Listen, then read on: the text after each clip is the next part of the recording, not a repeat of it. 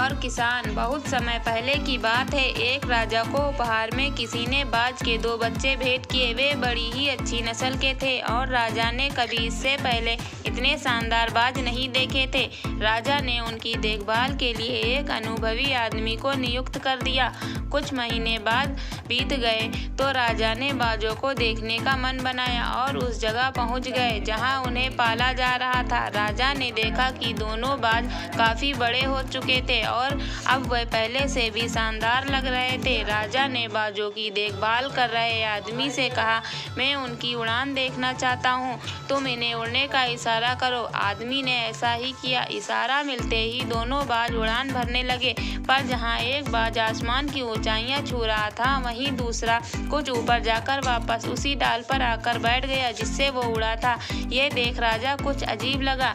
क्या बात है, जहाँ एक बाज इतनी अच्छी उड़ान भर रहा है, वहीं ये दूसरा बाज उड़ना ही नहीं चाह रहा।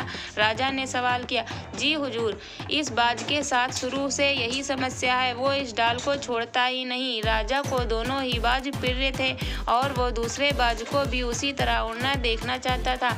अगले दिन पूरे राज्य में ऐलान कर दिया गया कि जो व्यक्ति इस बाज को ऊंचा उड़ाने में कामयाब होगा उसे ढेरों इनाम दिया जाएगा। फिर क्या था, ऐसे एक से एक विद्वान आए और बाज को उड़ाने का प्रयास करने लगे, पर हफ्तों बीत जाने के बाद भी बाज का वही हाल था। वो थोड़ा सा उड़ता और वापस डाल पर आकर बैठ जाता। फिर एक दिन कुछ अनोखा हुआ। राजा ने देखा कि उसके दोनों बाज आसमान में उड़ रहे हैं।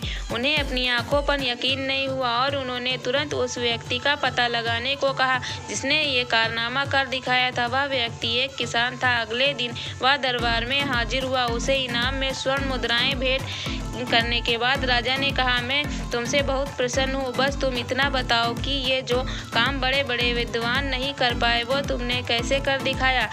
मालिक, मैं तो एक साधारण सा किसान हूँ, मैं ज्ञान की ज्यादा बातें नहीं जानता। मैंने तो बस वो डाल काट दी जिस पर बैठने के बाद बाज आदी हो गया था और जब वो डाल ही नहीं रही तो वो भी अपने साथी के साथ ऊपर उड़ने लगा।